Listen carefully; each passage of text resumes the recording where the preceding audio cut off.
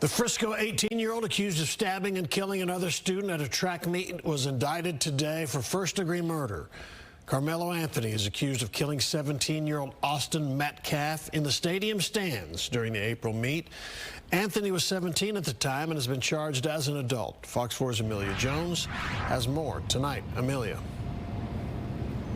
Steve, the indictment is the natural next step in any criminal case, and it paves the way for the case to move closer to a potential trial. The Collin County DA's office and Carmelo Anthony's defense attorney released video statements about the indictment. Both shared that they will be ready to present their case in court when the time comes. Tuesday, a Collin County grand jury indicted 18-year-old Carmelo Anthony for first-degree murder. He's accused of stabbing 17-year-old Austin Metcalf at a Frisco ISD track meet earlier this year. Anthony was 17 at the time of the stabbing, and he's being tried as an adult. The Collin County District Attorney's Office released a rare video statement about the indictment. When something like this happens at a school event, it shakes people to the core. But let's remember that the justice system works best when it moves with steadiness and principle. That's what we're committed to, and that's what this case deserves. Anthony's defense attorney also put out a video statement reiterating Anthony's claims that he acted in self-defense. We expect that when the full story is heard, the prosecution will not be able to rule out the reasonable doubt that Carmelo Anthony may have acted in self-defense. The case has gained national attention and set off a social media firestorm. Much of what's swirling online is misinformation. The full story likely won't come out until a potential trial. There's certainly a lot more to learn. The indictment really focuses on what we would call the elements of a crime. Russell Wilson is a former Dallas County prosecutor who's not involved in this case. He says the misinformation could be one reason why both sides chose to record statements on such a procedural matter. I just think it's a reflection of the serious nature of the case and the heightened public interest. Austin Metcalf's father, Jeff Metcalf, sent us a statement about the indictment. It says, quote, "I am pleased that we are moving forward. With the first-degree murder indictment, it now goes into the court system. I fully believe that justice will be served for Austin Metcalf. I look forward to the forthcoming trial, but it will never bring back my son." It will be up to the court to set a date for the trial. In the meantime, the defense and prosecution will prepare their cases. The defense will see what information the state has gathered and will do their own investigation. Certainly, there will be a lot more things happening in between now and then, but certainly when the jury trial does come, the world will be watching. Anthony is currently monitored on house arrest after his bond was reduced from $1 million to $250,000. If convicted, Anthony could get life in prison. Steve, back to you. All right, Amelia Jones, downtown Dallas. Amelia, thank you. A bounty hunter and licensed private investigator both charged with murder following a deadly shooting in Dallas. Rodney Brown and Jorge Monsivas stand accused of shooting and killing 33-year-old Drew Knowles. The crime happened Thursday morning near some apartments in Old East Dallas. Fox 4's Peyton Yeager is live tonight with more from those newly released court documents. Hey, Peyton. Hi, Casey. And we spent the whole day trying to find new information on these two suspects. They are here tonight at the Dallas County Jail. Now, according to online public records with the state of Texas, the armed security officer licenses for both of these bounty hunters actually expired last month. So after the deadly shooting yesterday, the two suspects were taken to DPD headquarters to be interviewed. They are now both charged with murder. A family from Arkansas is grieving, sending us these photos of 33-year-old Drew Knowles, who moved to Dallas in 2019. Dallas police say Knowles was shot and killed Thursday near Deep Ellum when two bounty hunters opened fire on his vehicle. Both bounty hunters now face murder. They are identified as 34-year-old Rodney Brown and his partner, 23-year-old Jorge Monsivas. According to an arrest affidavit Fox 4 obtained on Friday, the two bounty hunters were executing a warrant for Knowles. Dallas County Sheriff's Office confirmed to Fox 4 Knowles did have two active felony warrants, one for theft from Dallas police and another for credit card abuse out of Carrollton. The bounty hunters first went to Knowles' listed address, a high-rise in Uptown off Thomas Avenue, but he wasn't there. Then, while using automated license plate readers, Brown and Monsivice learned Knowles' vehicle was parked near Live Oak Street and Cantegral in Old East Dallas. Police say that's when the pair, who were in two separate vehicles, boxed Knowles' BMW in. The affidavit states police reviewed nearby surveillance video. The video showed as Knowles was trying to drive away, both Brown and Monsivice opened fire and were shooting into a moving vehicle and not being in danger of being run over. Knowles was shot at least 4 times. He crashed out into a nearby power pole. Cell phone video from a witness shows what appears to be the two bounty hunters minutes after the crash. Police say Monsivice didn't have any outer clothing identifying him as a bounty hunter, and Brown had a vest with the writing "Warrant Services" in the top corner. But both of them clearly appear to be in a panic. Also today, Casey, I tried to get a hold of the private security company the two bounty hunters work for. That company is called Code 3 Investigation and Security. It's based here in North Texas. I called and emailed this afternoon. No response. Well, Casey? Fox 4's Peyton Yeager, excellent work as always, trying to dig up the very latest information for us. Peyton, live in Dallas. Peyton, thank you. The parents of a murdered TCU student confronted his killer in court. It was emotional as they described how his random act of violence cut a life short. The man charged with shooting and killing a TCU student in 2023 pleaded guilty and was sentenced to 60 years in prison. I'm Clarice Tinsley. Investigators say the attack outside of a bar in Fort Worth was seemingly random. Fox 4's Deanna England joins us with more from today's hearing. Deanna.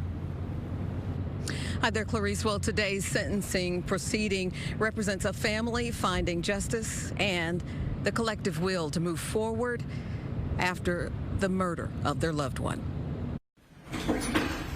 Matthew Purdy entered the courtroom in handcuffs, his face void of expression, his hair quite longer than at the time of his arrest in 2023.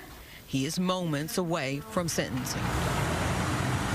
It was September 1st of that year when Purdy admitted he randomly selected, then shot and killed Wes Smith, a TCU college junior, a well-known athlete and student who was out late with friends in Fort Worth's West 7th Street Entertainment District. You physically murdered and executed Wes, but you emotionally and psychologically murdered thousands of other people, including probably everyone in this courtroom. No one is safe in your presence. You're a threat to everyone in this courtroom. You're a threat to everyone in this city. Smith, at the time, had stepped outside of a bar to hail a ride home for two female friends. I believe my son Wes died as a hero that day. He was trying to help two women, doing what I had encouraged him to do, take care of people, particularly as a man, take care of young women. And in doing that, you executed him. Purdy, in a move avoiding a trial, pleaded guilty and is sentenced to 60 years in prison for murdering Smith. The 21-year-old victim's parents spoke to Purdy directly. And I keep my thoughts on Wes and God's promises. And you, honestly, I try not to think about. And I leave you with God for his will to be done. Smith's murder sparked widespread reaction across the TCU campus and the city of Fort Worth and his hometown near Memphis, Tennessee. His killing, along with numerous other acts of violence in the West 7th Bar District, has prompted changes to municipal laws and overall tighter security measures. You didn't know Wes. You've never met him. But in that moment, you made a devastating, senseless, evil choice. You decided that you mattered more than he did. And for Smith's many relatives, friends, supporters, and even strangers who offered the family condolences.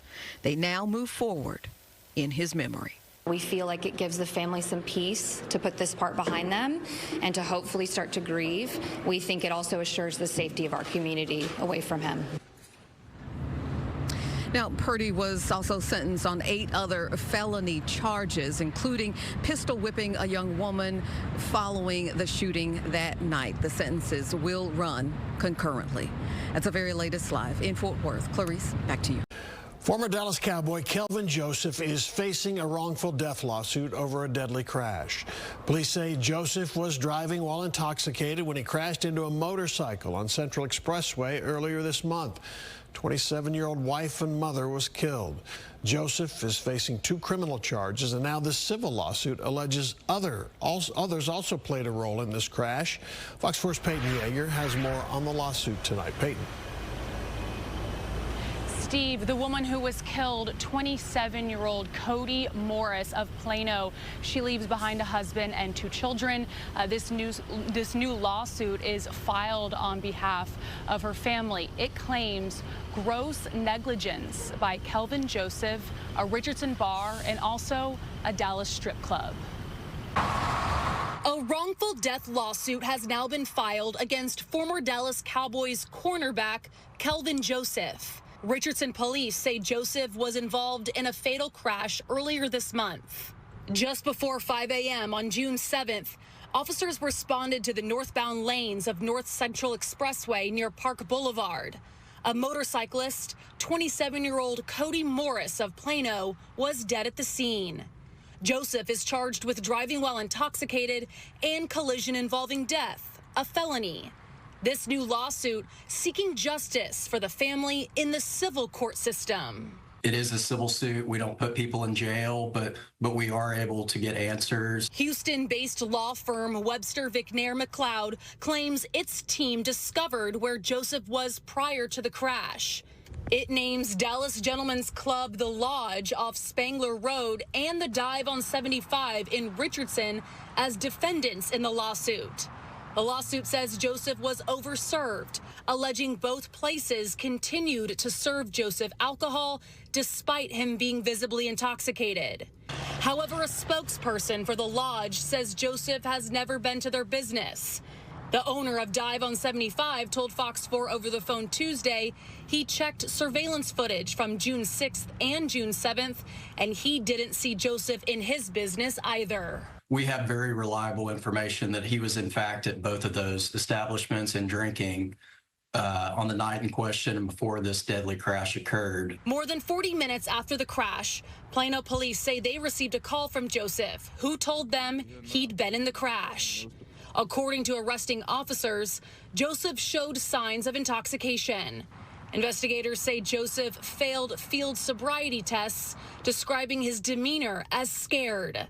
They noticed distinct damage to the front right of the vehicle.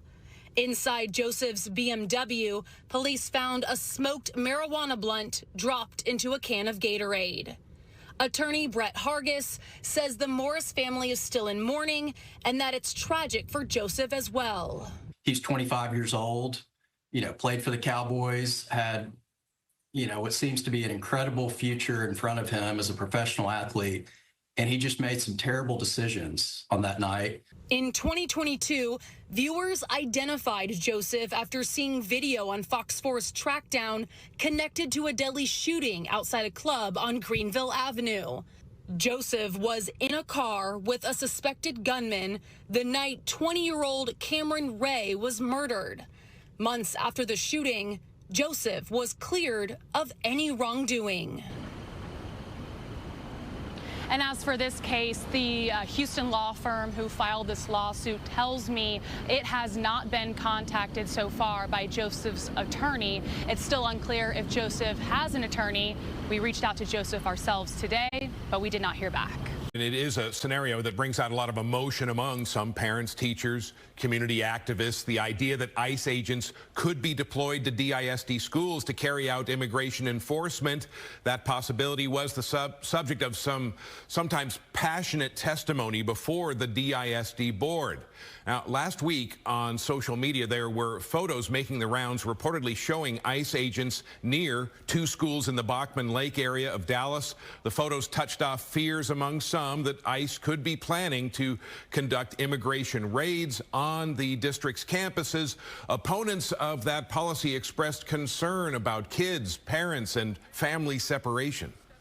Our schools should be safe places, places of joy, curiosity, and growth, not fear, surveillance, and intimidation. And just like you would expel a student who keeps causing damage, it's time to kick ICE out for good. Back in January, the Trump administration gave ICE the green light to operate on school property or nearby. A spokesperson for the Dallas ICE office told the Dallas Morning News that agents were in the Bachman Lake area, but denied they were on a campus. According to the Dallas ISD website, ICE agents and Customs and Border Protection officials are not allowed to access non-public areas of the district's campuses. Dan Godwin on Good Day.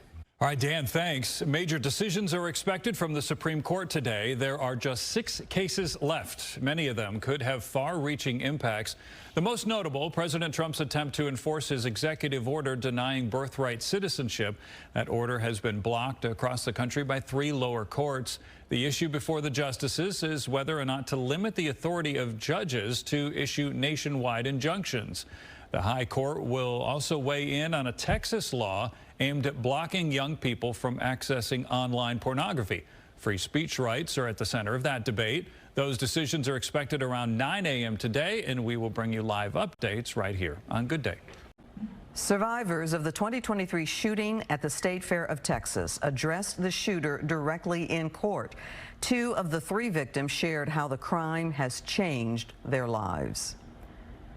Good evening, I'm Clarice Tinsley. The shooter, Cameron Turner, accepted a plea deal yesterday, agreeing to 12 years in prison.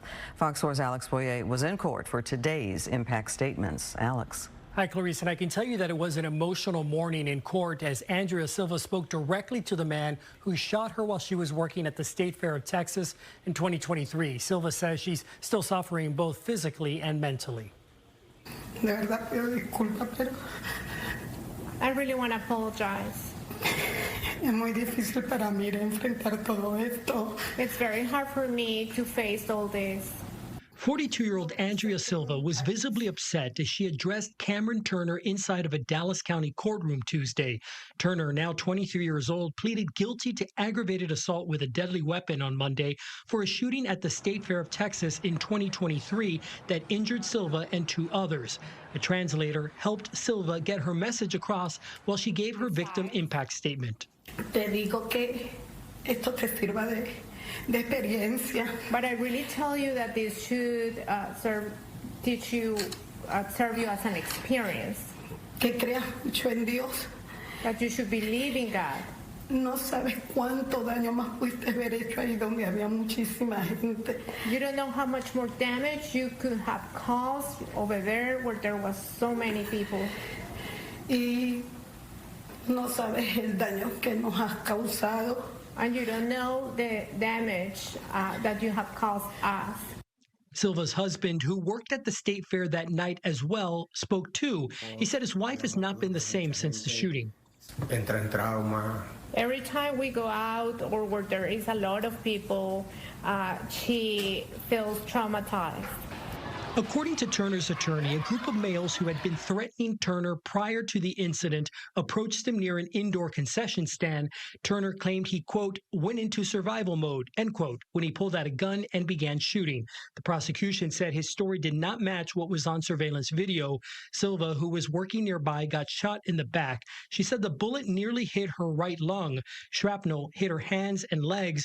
Turner's attorney says his client wants to take responsibility for his actions. Do you feel your client is truly remorseful? Oh, without a doubt, without a doubt. And like I said, that was one of the main reasons of why we entered the plea. Why are you so sure? And so as part of that plea deal, Turner was sentenced to 12 years in prison with credit for nearly 2 years he has already served since being arrested. Now he must serve at least 6 years before he is eligible for parole. Clarice. Alex, thank you. Fort Worth police say a man has confessed to killing a woman and throwing her body off a bridge 3 months ago. Dennis Day charged with killing his roommate, Reina Nofalulure. She was a flight attendant who was last seen alive in March. Her co-workers reported her missing. Her body has not been found. Fox 4's Casey Stiegel has more from the investigation. Casey? Yes, Steve, good evening. Fort Worth police say that the victim's roommate not only confessed to strangling the 47-year-old flight attendant, but he also admitted to dumping her body and her personal belongings in multiple places. There are times. That word is hard to say, saying murder. So we've just been writing killed. When the world reminds you how cruel it can be. It's not fair. It's not right. Those who knew and loved 47-year-old Reina Soluri are still trying to reconcile what happened to her. Police say inside this small blue house in the Eastern Hills part of Fort Worth. It was really a shocker, to be honest. Reina Soluri's friends say she'd been living at the home the last year with 66-year-old Dennis Day after she fell on tough financial times. Her family, including her 23-year-old daughter, hadn't heard from Reina. In late March, she didn't show up for her job as an Envoy Airlines flight attendant, so her family reported her missing. Dennis Day initially told police he didn't know where she was. Detectives investigated further, and according to the arrest warrant affidavit, obtained a clip from home surveillance cameras, which shows Day on March 21st, quote, dragging what appears to be a lifeless body from the home into the backyard. She was always a great person to talk to. A ton of fun. Reina's friends know that's her, only adding to the torment, her body has not been recovered. Records show last Monday, Dennis Day finally admitted to police he snapped, strangled Reina, drove her body more than 40 miles away to Bowie and dumped it over a bridge, then ditched her phone and other belongings in the river near Fort Worth. He was arrested and charged with murder. Reina's family now begging for her to be found, saying nobody deserves this. Reina was amazing. She would give the shirt off her back. She would come to you if you needed that help. Now, court documents do also show that Dennis Day has a lengthy rap sheet. He's already spent years of his life locked up for other violent crimes, including an aggravated assault in Dallas. Steve. All right, Casey Stiegel. Thank you, Casey. 2 women are suing a Fort Worth hotel, claiming a front desk agent let a stranger into their room who then sexually assaulted one of them. Police confirm there is an investigation into the incident that happened last year. Fox 4's Amelia Jones spoke to the attorney who filed the lawsuit. She has more on what the attorney is saying about the case. Amelia. Steve, the alleged crime happened a year ago, but a TikTok video posted last week by one of the attorneys representing the victims has increased public attention to the case. The video has been viewed more than 60,000 times, and it has surveillance footage of the incident. So far, no one has been arrested. So my clients are seeking to hold the hospitality companies accountable for what happened here. Anna Greenberg is a Houston-based attorney. She recently posted a TikTok video on the firm's account about an incident that happened last year. Greenberg says her clients, 2 women, went to Fort Worth for a work event and stayed at the Fairfield Inn & Suites on Houston Street in downtown Fort Worth. In the middle of the night, when my clients were safe inside their hotel room, a front desk agent used her master key to let a stranger, a grown man, into their hotel room. Surveillance footage that Greenberg also used in the TikTok shows a man talking to the front desk agent. Greenberg says the front desk agent gave the man her client's room number. She says he got it after describing what one of them looked like after seeing them outside. That should have been a major red flag to the front desk agent, that he didn't even have their names, that he was describing their physical appearance. When he can't get into the room, the man is caught on camera at the front desk again. Then she escorts him to the room and uses her master key to open the door at that time. According to a civil lawsuit filed in Dallas County, where the hotel property management company is located, Once the man was inside the hotel room, he allegedly sexually assaulted one of the women. The other ran out of the room to get help. Police were called, and the woman did go to the hospital for a sexual assault exam. Fort Worth police say the case is still active and open, but they didn't share more because of the sensitive nature. So it was a terrifying experience for both of them, and it has completely shattered their sense of security. And that's why we're seeking compensation, not only for therapy bills in the past and in the future, but really the mental anguish that results from something like this happening to you and it turning your life upside down. And part of the reason Greenberg made the TikTok video is to spread awareness to others. I think it's just really important to my clients that the hotel industry take a good hard look at this and make some significant changes so that this doesn't happen to other young women or anybody else. According to Dallas County court records, a jury trial for this case is set for October 20th. We reached out to the attorneys representing the hotel property management company, but we haven't heard back yet. Steve, back to you. All right, Amelia Jones live tonight. Thank you, Amelia. The Department of Justice says it is closing a federal civil rights investigation into a Muslim-centered community planned for Collin County. The DOJ will not be filing any charges or lawsuits. The developers of the Epic City community have ties to the East Plano Islamic Center. The Justice Department opened the investigation after Senator John Cornyn called for it, arguing the development could discriminate against Christians and Jews. Fox 4's Casey Stiegel is in studio with more tonight. Casey. Yes, Steve, good evening. Supporters of the proposed development known as Epic City say that while they consider the U.S. Department of Justice decision a victory, there are still a handful of state investigations that do remain open. Marketing material for Epic City conveys the vision: more than 1,000 homes, apartments, sports fields, a school, and a mosque spread out right here across more than 400 acres in Collin and Hunt County. There has been nothing but good intentions of these people concerning the development since day one. From day one, it's been controversial. Those opposed accuse development group Community Capital Partners of religious discrimination against non-Muslim Texans because it's a Muslim-centric community. The idea that we have to wade through this many investigations, spend this much on lawyers, and spend this much time and angst going through it is shocking and disappointing to me. A June 13th letter from the DOJ Civil Rights Division says the department is, quote, closing its investigation. An investigation opened at the request of Republican Senator John Cornyn, alleging it violated a number of laws like the Fair Housing Act. When Fox 4 asked the senator's press contact on Wednesday for reaction, we were told he wasn't available. We, of course, have state laws that prohibit discrimination in housing sales as well. And so the state attorney general has been his right to make sure state law is being complied with. David Cole is a constitutional lawyer and isn't part of this case, but says while there are multiple state probes still playing out, like inside the Republican-led state attorney general's office, the likelihood of those being dropped is greater in light of the federal findings. Our request to Attorney General Paxton's office for reaction also went unanswered. Subject to being satisfied, there's no funny business with zoning or some kind of funky restrictive covenant that operates to get around zoning laws or something like that. Some critics have accused Texas Republican leaders of Islamophobia or a prejudice of Muslims. In a statement online, the Council on American Islamic Relations, or CARE, celebrated the DOJ findings, saying in part, elected officials should respect the Constitution and serve all state residents instead of abusing their authority to discriminate against Muslims.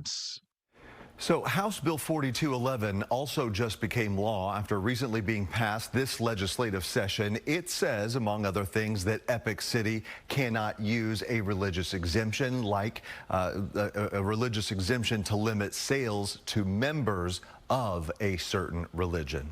Steve. All right. Lawyers for a capital murder suspect who cut off his ankle monitor to skip trial now want his new trial date moved to a different venue. Trevor McEwen is in jail awaiting his August trial for the 2023 murder of his neighbor, 35-year-old Aaron Martinez. Last month, after bonding out of jail twice, he cut off his ankle monitor, skipped town, and was on the run for weeks. Authorities eventually found him hiding under his own grandparents' home. Fox 4's David Santandri has more from this morning's hearing. David. Yes, Steve. Well, venue changes are somewhat rare, and in this case, it appears the capital murder suspect has an uphill battle. Trevor McEwen, a Kaufman County capital murder suspect, removed his ankle monitor just before his trial in May. The fugitive on the run for a month until pulled out of a hole, captured at his grandparents' home in Van Zandt County after a standoff. McEwen's trial now set for August 4th. His defense team, however, wants to move the trial out of Kaufman County. The judge has taken it under advisement for the time being. McEwen's attorney formally making the request at a hearing Wednesday, claiming there have been one-sided media reports creating an inflammatory version of events for prospective jurors in Kaufman County. There have been extensive media reports in this sort of band. The attorney, however, did not elaborate on those claims. In May 2023, investigators say McEwen admitted to shooting his neighbor, 35-year-old Aaron Martinez, multiple times. Martinez's family says the two had ongoing neighborly disputes. Last September, McEwen posted a $2 million bond, but sent back to jail 1 week later after violating terms. 3 months later, McEwen again posted a $2 million bond before fleeing. The victim's family and community members have held multiple rallies calling for accountability. The judge would have to make a finding that he did not believe that they could get a fair and impartial jury in Kaufman County. Attorney Russell Wilson, a former Dallas County prosecutor not connected to this case, says the likelihood of a venue change is slim. The judge says a decision will come around the time of jury selection. Wilson says jurors will be asked, have they formed an opinion of guilt or innocence? Can they follow possible instructions to disregard media reports? And can they base a verdict on law and evidence? If they answer that they can, then they're considered qualified to sit on the jury. Wilson says the fact that McEwen added to media coverage by escaping before his original trial date might hurt his case for a venue change. So it couldn't be that, well, I fled, and now because I fled, that drew additional media attention, and now I want to complain about the media attention. McEwen is being held in jail until trial. Today in court, prosecutors declined to comment with Fox 4. Steve, back to you. This week, Trackdown marked what would have been the 36th birthday of a man killed by a hit-and-run driver in Fort Worth 4.5 years ago. There is no surveillance video of the suspect car. Investigators hope anyone who has information will do the right thing by coming forward. Fox 4's Sean Rabb has this week's Trackdown. That hit-and-run fatality happened December 16th, 2021, right here in Fort Worth, 121 and Beach. This is Mark Anderson. He is the brother of our victim that we're looking at in this case. Of course, you know Officer Buddy Calzada. Okay, what happened? Tell us. So what we had is late in the night, we had a car that broke down on the side of the freeway going eastbound from here. Dennis Anderson is our victim. And what happened is his car broke down on the side of the road. We're not sure what kind of mechanical issues he may have had. He's trying to get safely off of the freeway, examine his vehicle, and somebody was struck. Sean, our biggest piece of evidence in this is going to be somebody coming forward and say, hey, it was either me, I need to get this off my back because I've been carrying it way too long, or somebody's told somebody else. And with that piece of evidence, we're going to be able to give the family some kind of relief. Tell me about your brother, Dennis Anderson. He was a hard worker. He was a loving guy. He was a man that will help you no matter what the situation occurs to be. It's happy birthday, baby! Yesterday was his birthday? Yes, sir. How was that, sir? It was a lovely, blessed day just to have it, even knowing he wasn't there, but we made sure it was a happy day. What do you need, buddy? The biggest piece of evidence, and that's somebody coming forward, a witness that actually knows what happened, somebody that was shared that information on what happened, or the individual that did it. Get this off your back. Come talk to police. How can folks get at the Fort Worth Police Department about this whole case? Real easy. Call us at 817-392-4222. Mention report number 201-00890. We love the person, whoever it could be. We just ask them to step up so we can forgive them the way that he'll forgive them if he was still here today.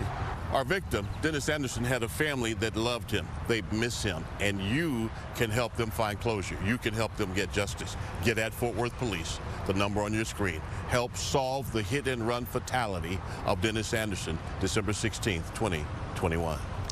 And you can also watch past Trackdown stories and maybe help solve a crime. Go to the Fox 4 YouTube page, youtube.com/Fox 4 News. A bizarre armed robbery in White Settlement. Police say the suspect may have literally shot himself in the foot.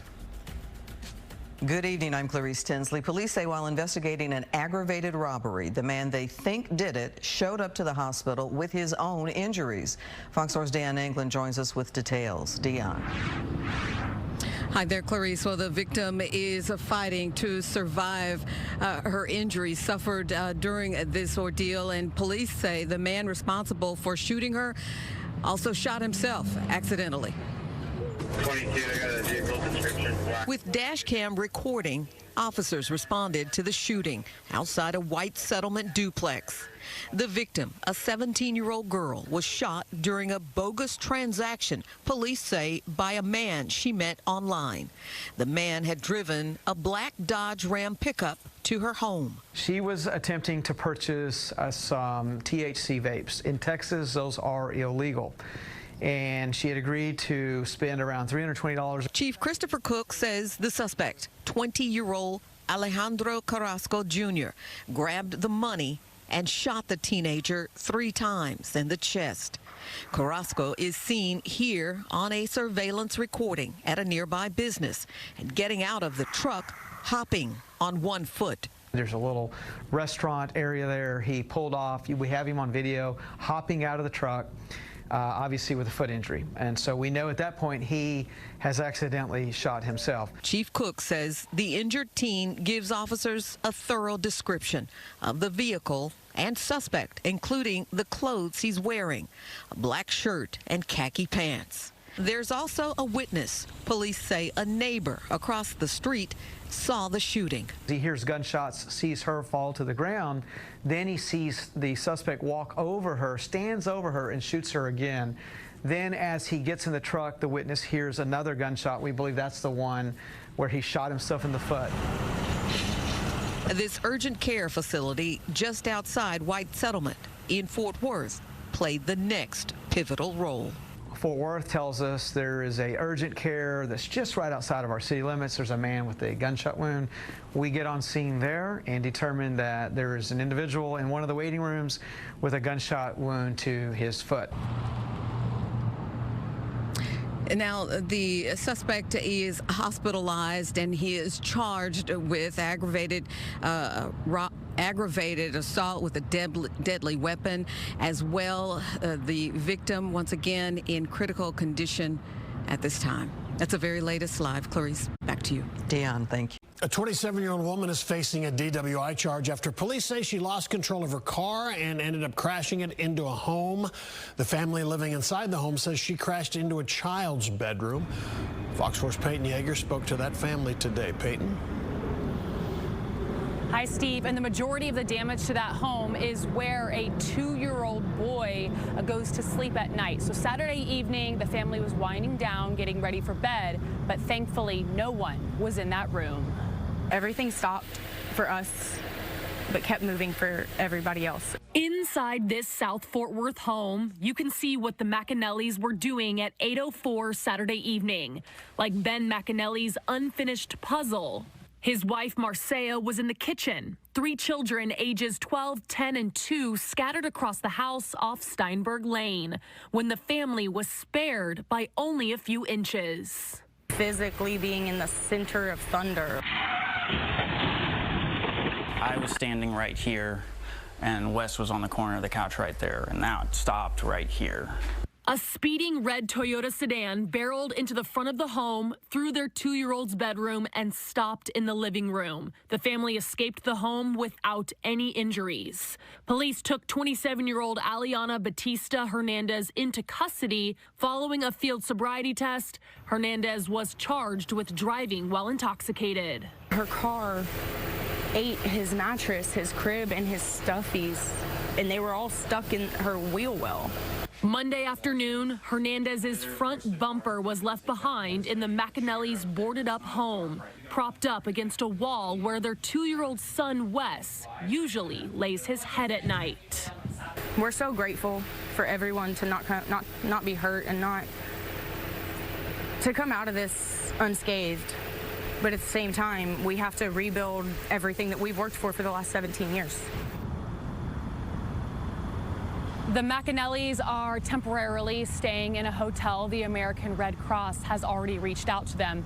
As for moving back in, they tell me they do not want to move back into that home. They will clean up the mess and eventually move out and somewhere else in Fort Worth. They tell me they've had other close calls with out-of-control drivers, and they do not want to take that chance again. Steve? Yeah, enough is enough. One of those kind of things, huh? Okay, all right, Peyton Yeager in Fort Worth, thanks.